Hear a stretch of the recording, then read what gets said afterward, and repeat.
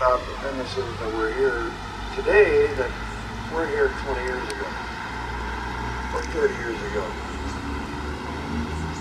And in doing that, I'd like to also mention that we've got some businesses that have survived and they're over 100 years old. One of them is Harper Brushworks. Harper now has expanded from their original location on North 2nd to the industrial park where they have another plant, and they are now involved in over 1,500 Home Depots and over 1,500 Lowe's stores. They've come a long ways in the last few years in doing business. Also, the Dexter Company. The Dexter Company makes commercial washers and dryers. They originally started in Dexter, Iowa, moved to Fairfield, and they're the largest employer in Fairfield. They have over 450 employees.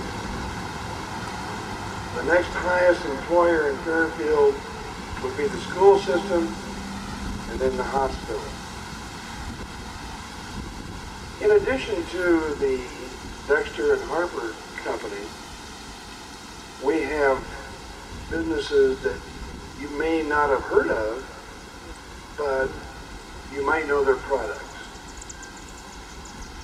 One of the companies is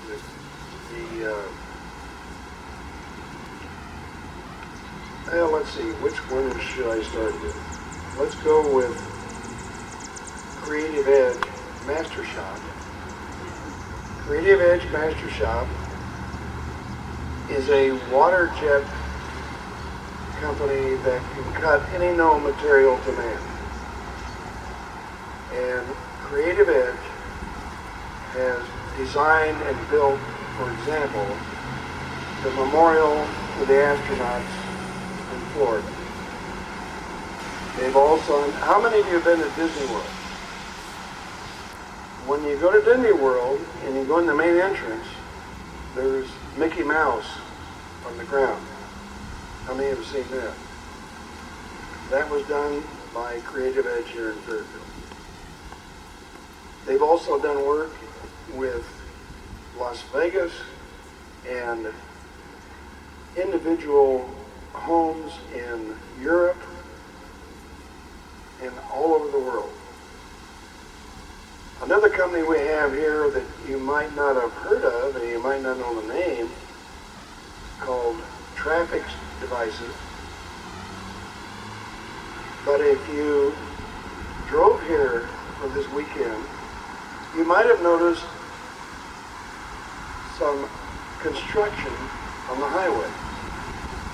And when you're driving on the highways and you see the orange barrels with reflective tapes, most of those are made right here in Fairfield for Traffic Devices. And Traffic Devices' home office is in California. The manufacturer of the barrels is located right here, called Agri-Industrial Plastics, which is about 22 years old. And the originator of Agri-Industrial Plastics started here with one blow mold machine and now has about 20 blow mold machines. So when you drive down the highway and you see the orange barrels with the reflective tape, you can think of Fairfield, Iowa, because a large majority of those barrels are from Fairfield. Another company that we have in Fairfield is called Chapel Studio Marathon Photo. It originated in Chicago in a garage, but moved here in its infancy. And Chapel Studio is one of the largest companies taking pictures of college graduations in the country. And the Chapel studio, Marathon Photo, the Marathon Photo side of it, shoots marathon races all over the world. How many of you have run in a marathon race? Oh, come on. Hey, well, a couple of you. Anyway, if you run in the Chicago Marathon on a Sunday, and I happened to be there one time when they had the Chicago Marathon, it used to be that by the next Friday, you would have an envelope in the mail with your picture showing through the envelope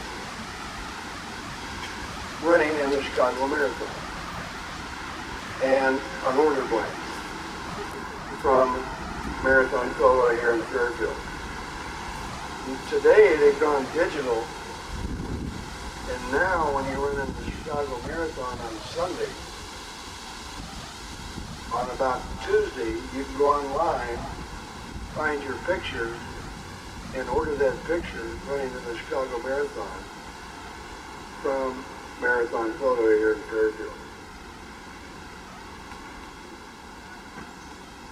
It's very interesting to note that Fairfield has a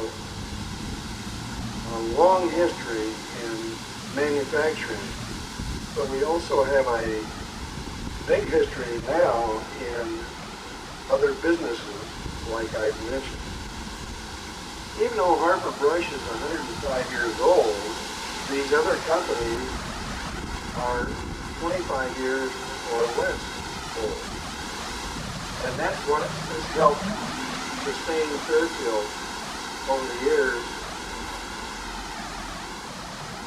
by having these companies here in Fairfield. If you've wondered about the TM community,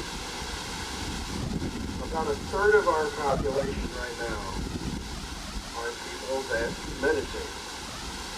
And they are the real reason that Fairfield has become known as one of the entrepreneurial capitals of the United States. We just finished up today with a rural conference for entrepreneurs that brought people from Georgia, New Mexico, Texas, all over the United States here for a conference on how to be successful with an entrepreneurial company. And I had the opportunity to meet with these people this weekend, and they are all amazed at how Fairfield has survived over the years.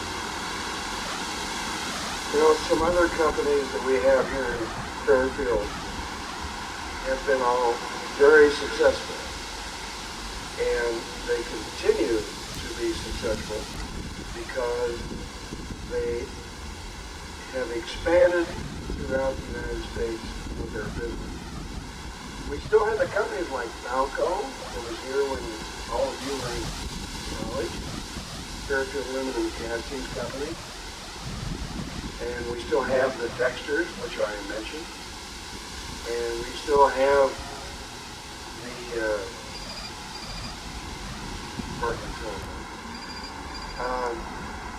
we still have a lot of companies that were here for many years, and we still have the companies that are new to Fairfield. Some of the other companies that you might not know about include Boulevard Studios.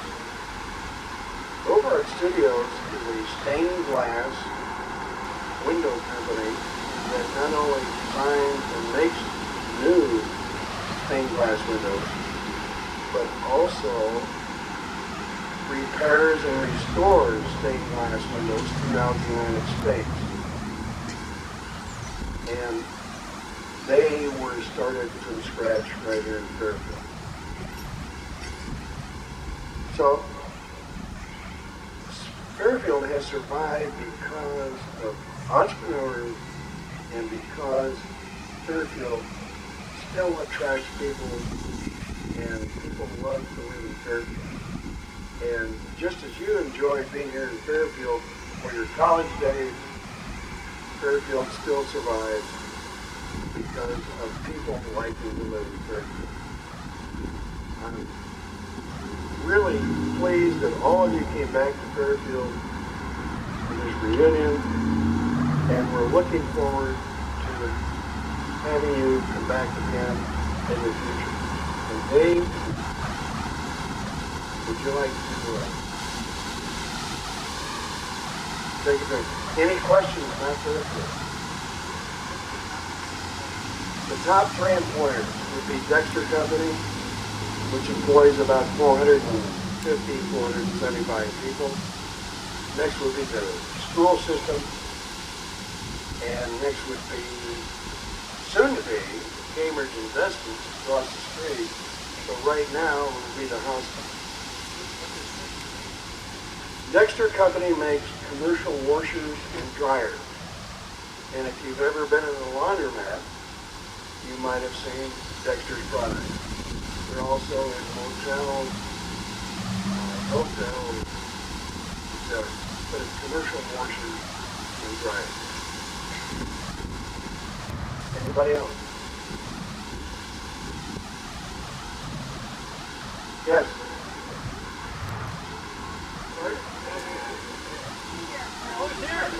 He's right here. I don't know if I'll give him the microphone or not. What do you want, a history lesson? Yes. Everybody get their pencils out and their notepads. Take notes. Any other questions? Notes. Any other questions about Fairfield? If not, thank you very much for coming. And Dave, it's your turn.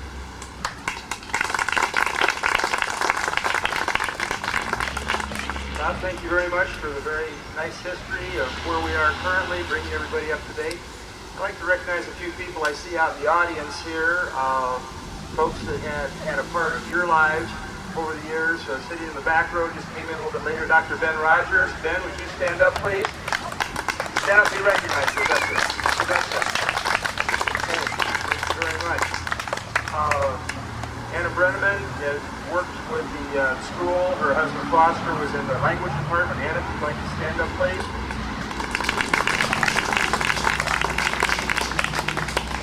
Deanne Marker was working with the school for a number of years. Thank you very much for being with us today. One of our Board of Trustee members, Mr. Lee Gobble, is with us. He knows on, I think, the CD's presentation. Lee?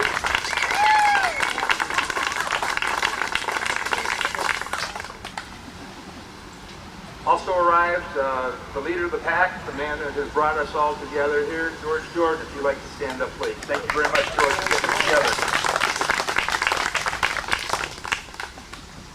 At this point, I'd like to recognize the gentleman who has made a commitment to Parsons and to Fairfield to stay the duration, and is still a very vital, active member of our Fairfield community. Dr. Robert Tree graduated from Grinnell College and decided that teaching assignments were going to be calling, and eventually he came to Parsons, as he said, in 1956, 55. I'll get that right before I'm done. I'm not too good at these numbers anymore. And he's been very much involved when Parsons closed. He chose to teach the Fairfield Community School District as the Dick Rail and very young. The other opportunity came along to go to the Iowa Wesleyan campus, and he taught at that school until a few years ago. I have one more person, Darcy, as a co-chair or member of this. Her mom, Marty Mellon, was also very much involved in the Parsons Delegation. So, Dave Hugler, where are you? You over here still? Stand up. We got one more over here. Thank you. Dave Hugler was with us for a number of years and was very active at that point. Connie just came in. Connie had involvement at the Midwestern College also, which is one of the satellite schools. Thank you very much. Pardon me? John F. Kennedy, Wahoo, Nebraska. There we go. Without further ado, before I leave anybody else out, Professor Tree, we're timed for, let's see, is this a 401 or a 411 class we're going to have today, sir? You want to remember that I have been programmed for years with a 50-minute hour. So, sit back and relax. One thing I'd like to say, first of all, it's good to see so many of you here. Saw quite a number of you at the photo shoot this morning at the Landmark Hotel, which more of you would remember as either the Fairfield Hotel or the Hunt Hotel. It has been considerably renovated and really looks very, very nice now. And very proud to have that as part of our community. But what I did want to say, looking at you now and when I saw you this morning, was that, like fine wine, I think you have all aged very well. And I hope you continue to age as slowly as you have. So it's good to have you here. Hope you have a good time. And that leads me into a comment or two based on what Bob Phipps talked about in industry. That has to do with the arts.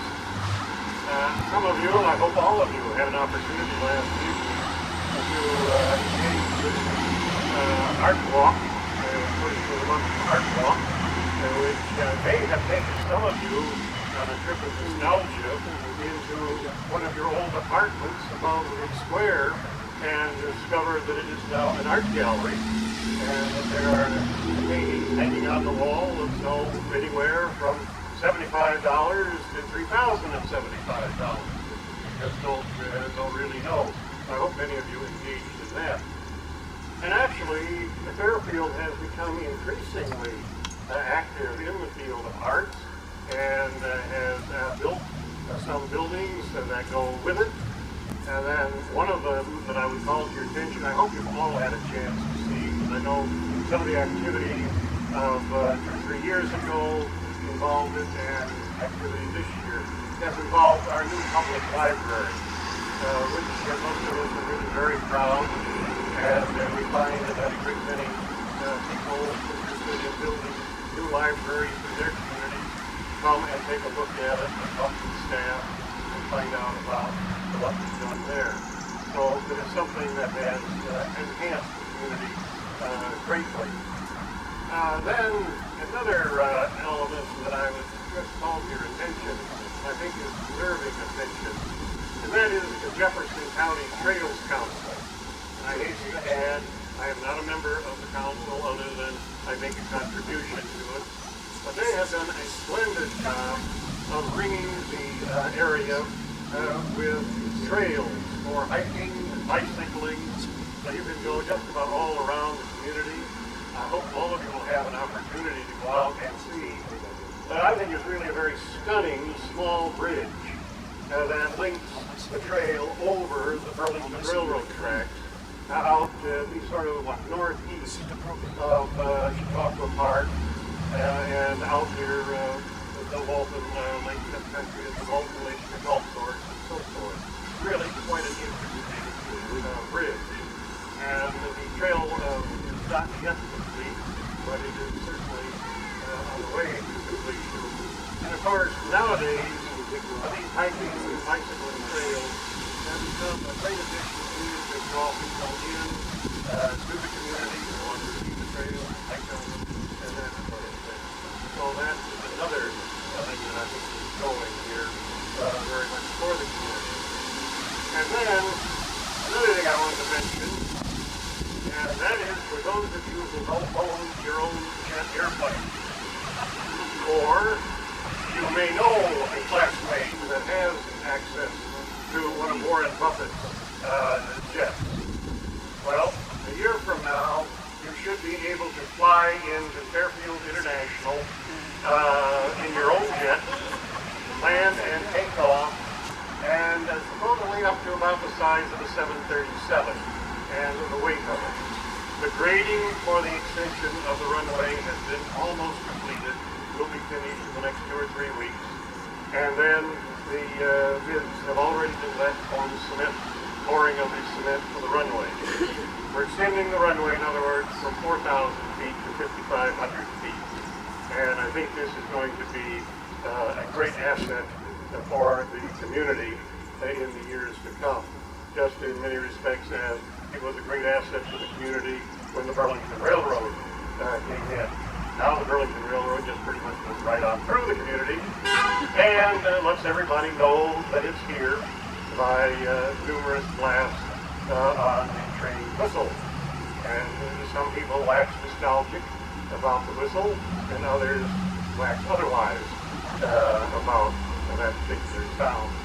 And then that brings me to a project that has been quite close to my heart for the last several years, although I am not a member of the Civic Center Board. I am one of those bolsters in the community that have been supportive of their work from the very beginning. And one of the main reasons that I have supported this project is that, frankly, we have run out of space for all of the arts projects we have, because we have more than simply a need for gallery space for painting. We need a home for the Fairfield Art Association, which has been homeless now for a decade or so, and yet has managed to carry on with exhibits, partly with the cooperation of our two major banks here in town. But it's very hard to keep an association going like that when it doesn't really have any workspace where it can have classes and so forth for people who want to learn to do pottery or to do painting or whatever. We also really need a home for FACT, Fairfield Area Community Theater. Now, I'm sure that Connie would recognize that as the project that she worked with when she was here more years than we'll relate. The Little Theater. The Little Theater, which was really in a little theater when I first came to Parsons College. And most of its plays were done out of the high school auditorium, as many of FACT's plays are as yet. But the problem is the high school program has grown as well, and there's increasingly stiff competition to get onto the high school stage and to use it. And so we would add that not only is there FACT, but there are several other theater groups. And incidentally, as an aside, if you want to really see a wonderful, funny play tonight, I just suggest to you that you go out to the Spade Theater, which you remember, some of you may have had Western Civ with me in the lecture hall that separates the science building from the library. And that's now the Spade Theater. It seats 198 people. It hasn't changed since the lecture hall. But the play Tin Types, wonderful show, and it's not very expensive. I think it's $8 for the ticket, and it's just a great presentation. But they're working in very limited space. They've done marvelously with their setting and all of that, but I think they could do so much more with a modern, small theater in which to work. And that is one of the things which is involved with the Civic Center, or as you may have referred to as the Jefferson County Civic Center. But that is simply the working name of the project. The final name has not yet been settled upon. But I do think that with the drama groups, we have dance groups, we have several different dance groups, we have theater groups, all wanting to do their presentations. We're just short of space. We're a very active go-go community in this regard. And so that has led to the development of plans for the Civic Center. And one of the thoughts was that this would be a good way to help memorialize or remember Parsons College. One of the things that interested me in looking at some of the drawings for the facility is the architect has very carefully taken the lines from Barhide Chapel above the windows and has incorporated them into the drafting of plans for the entryway or the lobby of this facility. Another aspect that I think is very interesting is that the MUM people donated High Chapel organ to the Civic Center. The pipes, console, and all that goes with it has been preserved. It is stored here in town in various places, various basements and so forth. And the architects have also incorporated the prospects of installing that organ sometime in the future into the plans that have been drawn. So here is another aspect of remembering Parsons College by preserving and utilizing the pipe organ that many of you may remember Keith Waite's play with such wonderful style and verve. So this is part of the project. And then the third thing I would touch on is the plan to have exhibits rotated back and forth between the Civic Center and the museum, which occupies still, as you would remember it, the third floor of the Carnegie building just south of here on 4th Street. And here would be a place that exhibits could be brought, stored at the museum, could be brought up to the Civic Center, placed on display on a regular interval. So that if you're coming through Fairfield on a trip, you're headed for Omaha or going Zoo or something like that, you could stop and take a look at what's in the exhibit space in the facility. So I bring this to your attention. I'm sure that Dave Neff will have more to say about it later. But what we're trying to do, what they're trying to do in particular, is raise some money from the alumni of the college to help support this particular project. I would just simply add that the local Parsons people who are connected to Parsons College, alums, faculty, staff, have raised $200,000. Now that's just among those people. It's not the rest of the community, because the whole project has raised something in the terms of $6 million. So what they're asking is for alums to try and at least match, if not more than match, the contribution of the local Parsons people. So I hope you'll give that consideration and keep in mind, I think, one important thing, which Parsons College hasn't asked you for a contribution of 30 years. If the college were still open, believe me, you would have at least quarterly, if not monthly, a notice, a letter soliciting your generosity. And so, if we do make a bid now, before we bid of your generosity. One last thing I might mention, you've heard the truck traffic going by here. It's much greater today than it was in your time, because now we have a 4-lane divided highway coming up to within a mile or so of the east entrance to Fairfield on 34, and we have a 4-lane divided highway leaving Fairfield about a mile west. But all those trucks come through right here on Burlington Street, and so it has really caused a great confusion and traffic and noise. We're very hopeful that the bypass will be completed in another year or two. I think probably about 1928 or 28 in all probability.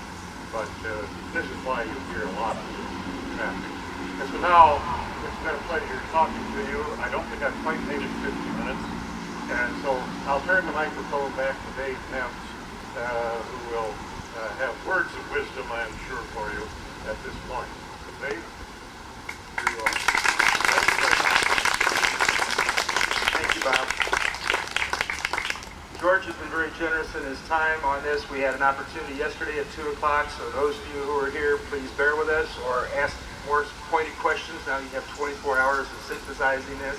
But we'd like to share just for a few moments the design that we have for the Jefferson County Civic Center, which could easily be called Parsons College Memorial Civic Center, or an entry hallway of the same name. So location-wise, you see the courthouse, you see the steeple directly west. There's a full block. If you drive up that way, all the land has been leveled and cleared other than one house on the southwest corner. And so the facility space is there and available. The city of Fairfield has contributed that as part of their donation.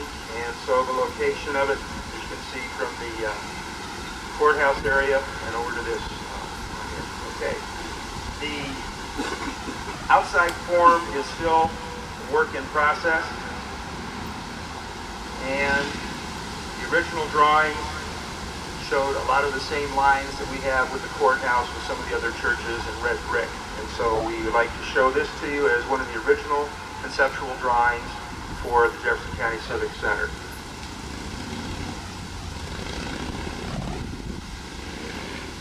We are now in the process of reworking, and the Civic Center Committee has put to the architects, please put a bid packet together that we would be able to go to bid by this middle of this summer and hopefully break ground in the month of August. This has some different lines to it, and the main reason being sustainable energy, which we'll spend a little bit more time on, but allows more passive solar to come into the facility. As you can see from this, there's a lot of light windows coming in from the east side.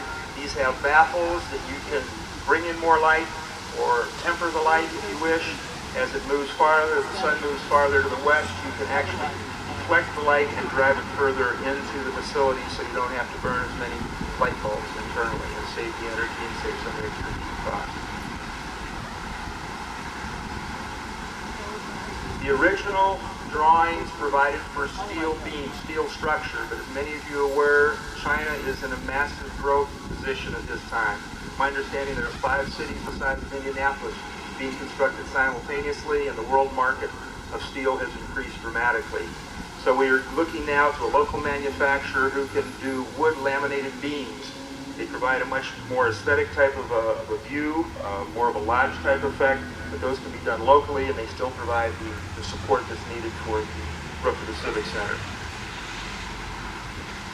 Sustainable energy, green buildings, as was mentioned by Bob, there's even a conference that he's just finishing here on the campus, but many, many places throughout the United States are thinking, how can we conserve this precious energy that we have?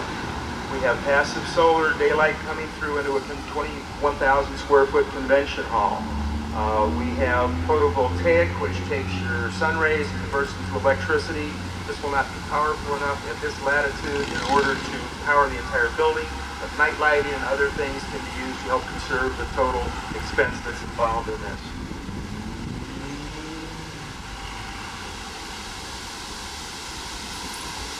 The other piece is electrical energy. This is probably one of the most expensive pieces that we have to pay today. We have gone to a slurry called energy storage ice. It's more like a slush that you would buy at a Dairy Queen. And you use your chillers, your coolers in order to cool this solution, which is in a ground container. Cool that during your off-peak hours, your evenings and weekend hours, so that when the demand for the cooling is during the daytime, you can draw on a ready resource and just repump that through and cool the facility without having to pay your premium kilowatt per hour fee on that. The other pieces, we have passive solar, continuous hydronic system, so it takes a small pump in order to move all the coolant through instead of having large gas or forced air systems that consume more electricity. And the very last piece gives you an overhead view. There is a theater that will seat 425 to 500 people. It has seats that can be moved to provide a theater in the round or regular stage type seating. There's an entry hallway, and this is the other challenge. As Dr. Tree mentioned, local alums, faculty, staff have already generated $200,000 of contributions and pledges towards this. We are now saying if an additional $100,000 would come from the Parsons family, naming rights would be for this entry hallway, the Parsons Memorial Hall, or whatever title we want to put on it. Once again, the entire Civic Center, if an additional $300,000 could be generated over a 5-year pledge period, we would be able to have naming rights for the entire facility and have brick and mortar that would show Parsons College. Very proud for many, many generations to come. There will be offices located in that area. The Chamber of Commerce, Convention and Visitors Bureau, other areas would have full-time office space that would provide a central location for this. John Braywood has been my assistant on this, class of 1968. We've worked together for the last 2 years on the concept. John has a few items that he would like to share with you now as far as our donation patterns should you wish to participate in this. Thank you, Dave. 2 years ago, when I drove out from Traverse City, Michigan to Fairfield, I exited in, I'm going to give this town a name, I can't remember, but it was in Illinois, going west on 80. And I knew I was in a hurry because I wanted to get to this, not this reunion, but to Parsons College at the time. And upon stopping at McDonald's, I got back to my car, I raced back to the plant.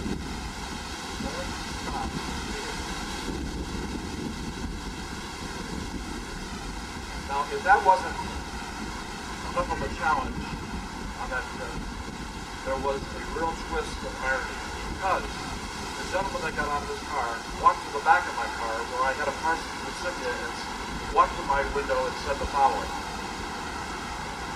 "Are you from Parsons College?" I said, "No, but I'm going to the reunion." And he said, "I played football for Parsons College, and I'm a Parsons College Wildcat."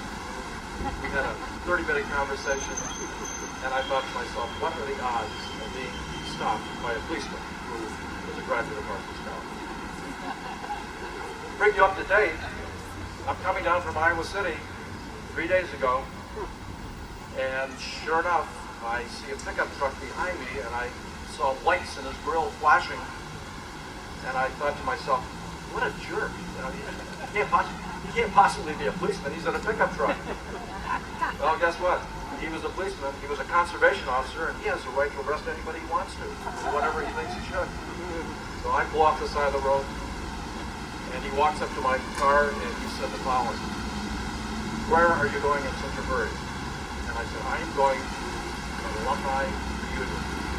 I've driven from Traverse City, Michigan. I've been up since 5 o'clock in the morning. I'm 15 miles to get there." He said, "What are you going to?" I said, "To the Parsons College reunion." He said, "What's that?" I said, "Excuse me? You know, Parsons College in Fairfield, Iowa?" He said, "I've never heard of it."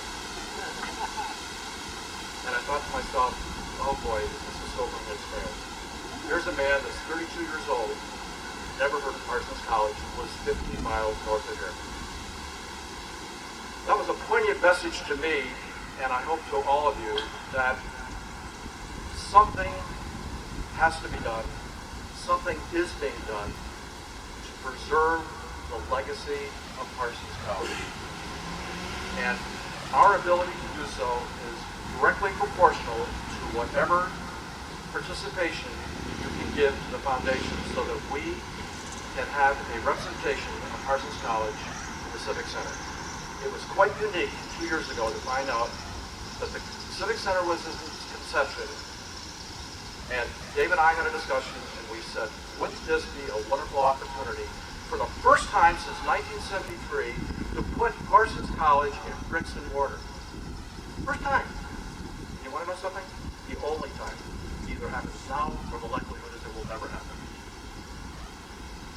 There are many of us that like to say Parsons College forever. Well, when the last person dies as a graduate of Parsons College, there is nobody left.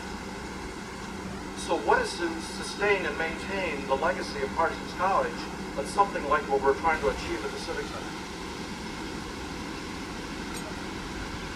I see the opportunity for national presentation in this dedication of the Civic Center. I think it makes a phenomenal story for the written press, for television, for radio. There really is an extremely interesting story here. And I'm going to share something with you very quickly, and I apologize because I told some of you yesterday of this story. The founder of the college, as you know, was General Lewis Baldwin Parsons. What you don't know is the rest of the story. And the rest of the story goes like this. He turns out to be one of the most dynamic, one of the best kept secrets in the success of the Union Army. He had a brilliance for staging, logistically, major battles, reporting directly to Ulysses S. Grant. His first battle of stage was the Battle of Vicksburg, which was actually a siege. But he had responsibility in 60 days to commandeer 100 boats with men and guns down the Mississippi River, and he did it with precision. As a matter of fact, he did it in excess of 100 boats.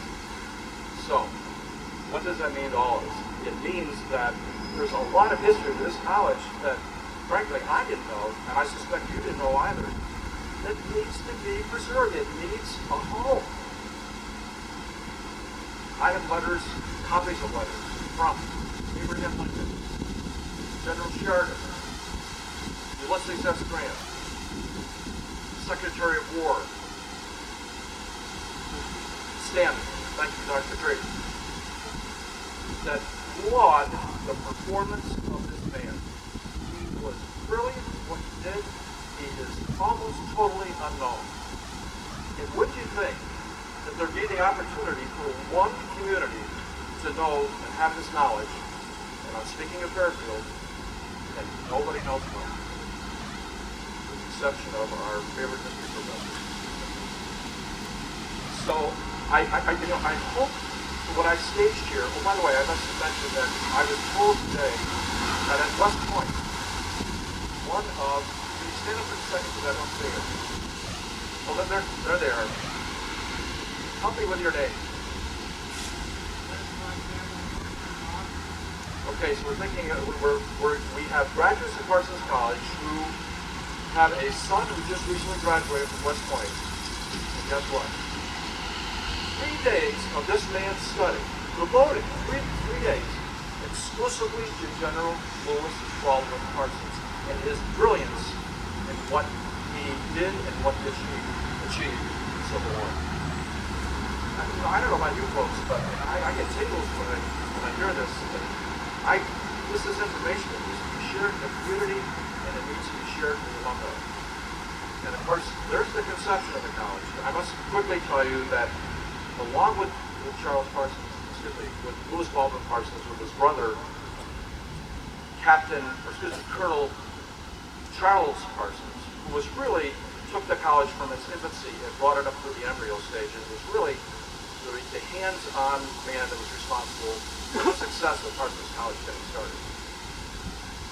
So, I have taken a chunk out of the past as far as what we know, and I also invite you to think about all the other histories involved in the college and its relationship with Fairfield. And I ask you to please consider helping us make this a reality. Now, we've got some additional information here that might help instill some enthusiasm in the type of gifts that you're already thinking about giving. 1 second, please.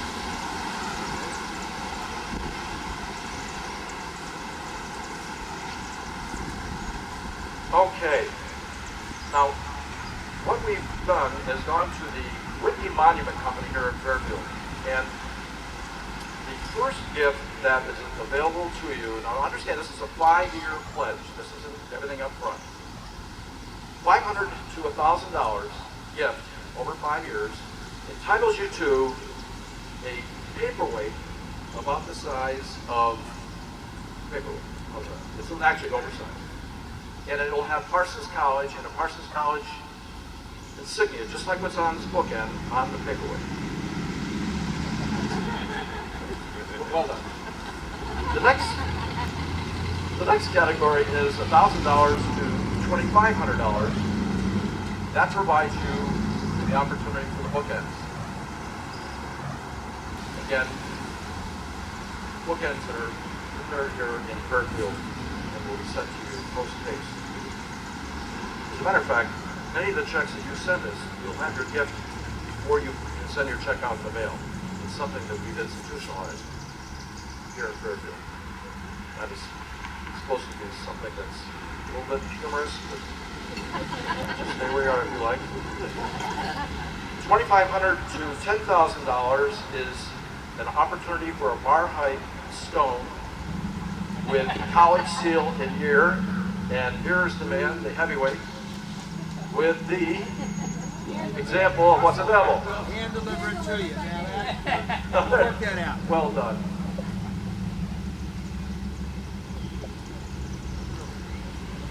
Now for those of you, and I know that there are many of you because I can tell by your body language and I can tell by the enthusiasm of your smiles, for all of you, the majority of you that would like to give $10,000 over 5 years, just think about that, easily $2,000 a year. Guess what happens? You get all three gifts, the paperweight, the bookends, and the Marmite stone. Can you think of anything that is anything more exciting than what I've just delivered to you? Okay. Okay. So, are there any questions regarding the General Parsons era or any other questions that would be helpful in you understanding better what we're trying to accomplish here? I see a question back here, the lady in the pink shirt. No, she didn't raise her hand. Let's see. How about the gentleman here in the front? Mr. Tree, Dr. Tree. You have a question you'd like to ask, sir? Yes. What are you doing beyond the Parsons Stone and booklet? Well, Dave and I have discussed that, and we've actually come up with a European gift. It will be one big bear hug and 2 kisses on either cheek. Yes.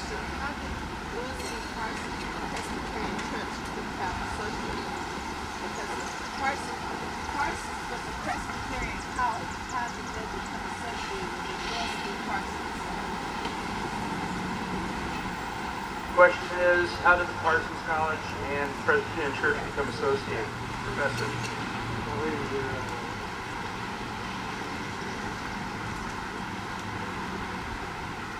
Actually, the members of the Parsons family were Presbyterians. And while he did not, Louis Baldwin Parsons Sr., in granting or laying out his gift of land in Iowa, about 3,000 acres of the central part of it, he did not specifically stipulate that the new college to be founded had to be connected to the Presbyterian Church, but he did indicate rather positively that he would like there be a connection. And General Parsons and his brothers, who were the ones who put their father's bequest into effect, were themselves Presbyterians.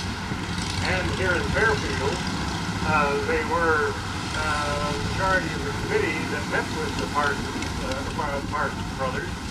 It was just a possibility of locating here. The majority of them were Presbyterian. And one of the things that, according to Willis Parsons, the descendant and former president of the college, that really impressed the general and his brothers was that it was the only meeting of any meeting around the state that they had with other communities that opened with prayer. And that was the thing that got the meeting off to a good start with the Parsons brothers.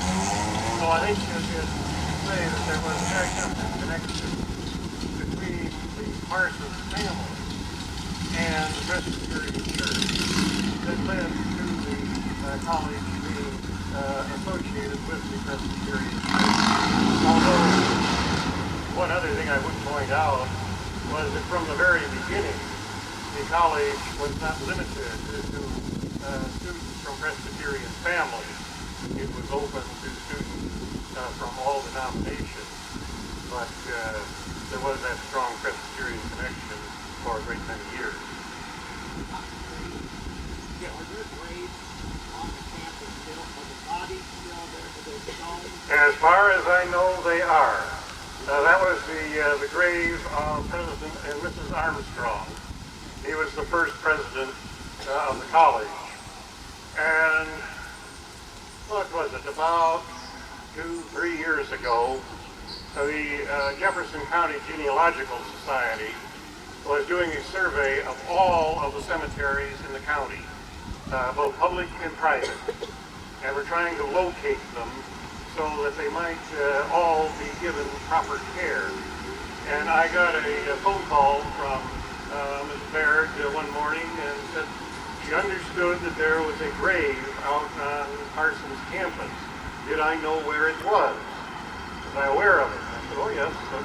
I thought anybody associated with the college knew where the grave was. And she said, well, would you take me to see it? And she explained what she was doing. And so we went out, and I took her right up to walk through it, and she took some pictures of it, and it is listed in their report to the Board of Supervisors about the location of all cemeteries, and as I understand it, that is considered, even though it is one headstone or one monument for two graves, that constitutes a separate cemetery.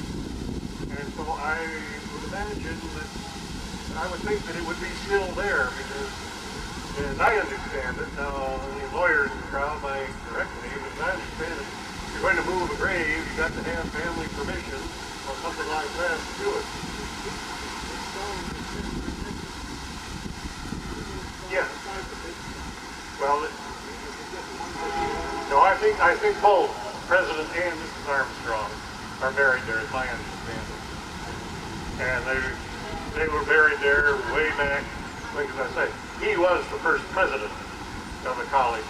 The Parsons brothers, their role was to get it organized, get a board of trustees established, and then they chose to be president.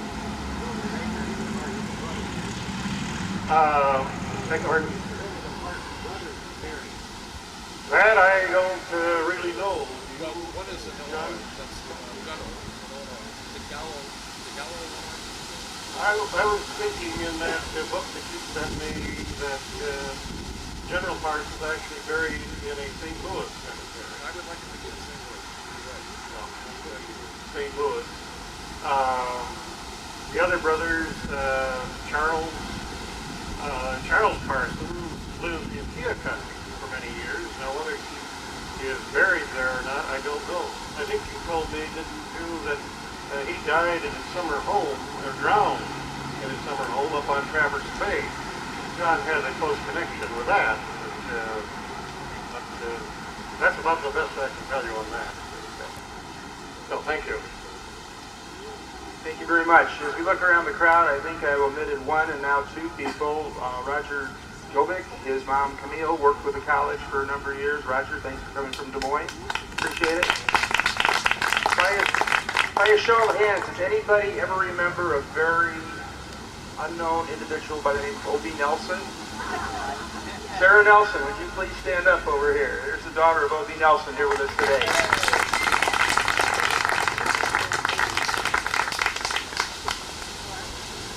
Library 3:30 to 5 o'clock. Open upstairs. And we have one other guest who said he is ready to speak now. He has cleared his throat. Mr. Gobble, would you like to take a turn at the microphone, sir?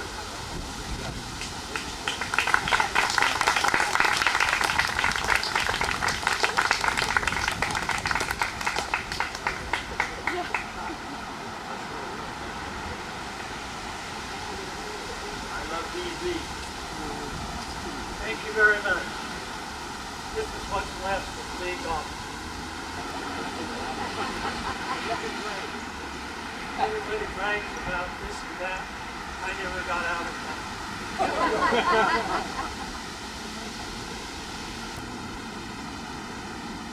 You people provided the best times for we local people. And it's nice to see you back today, and I hope you keep coming.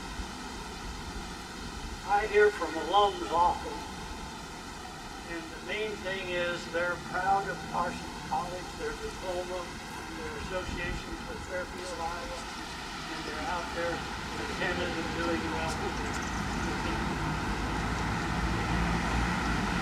I contend that in the 60s and 70s, it was the greatest student body ever gathered together.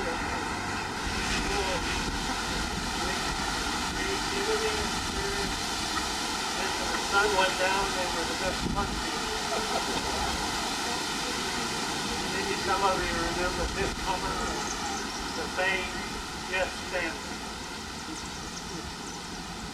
I remember one famous party where out in the country where an organization had a farmhouse that the reporter from Life magazine dropped his camera in the punch bowl. This thrust for this meeting has been mostly about today and the future, but I want to do a little review, if you don't mind. It was a sad day when Parsons closed. Why did it close? These are my theories.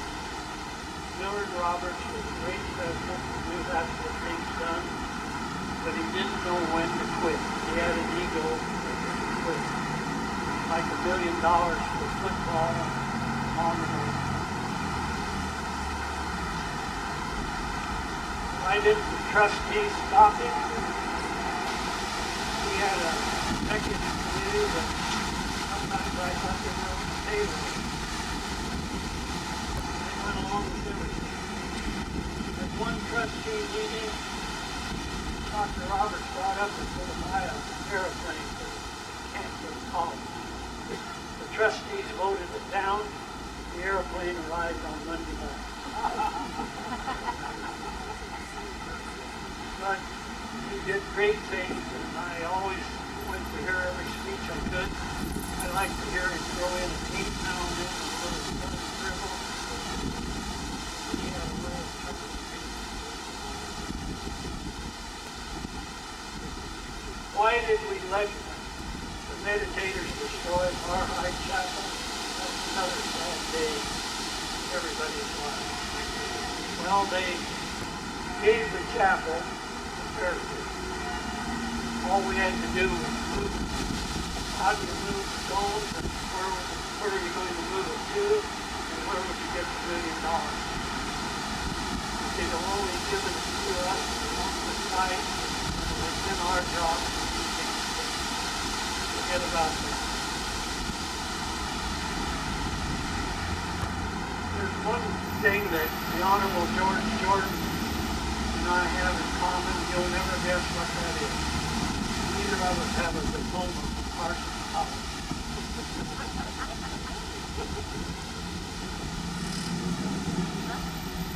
I want you to go away carrying these two things with you. Fairfield is still looking up, and there will always be a Parsons College.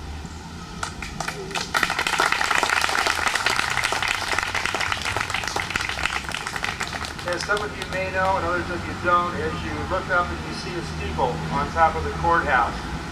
When you were here 2 years ago or 10 or 20 years ago, that was a flat roof. Due to Lee Gobble's tenacity and his father's direction back in the 1940s, saying, Lee, before you die, I want that steeple back on top of the courthouse. He spearheaded a fundraiser that raised enough money to construct a brand new steeple made out of structural steel. And last year, prior to his 90th birthday, that was placed on top of the courthouse with great eclat. So, Lee Gobble, thank you for making Fairfield what it is.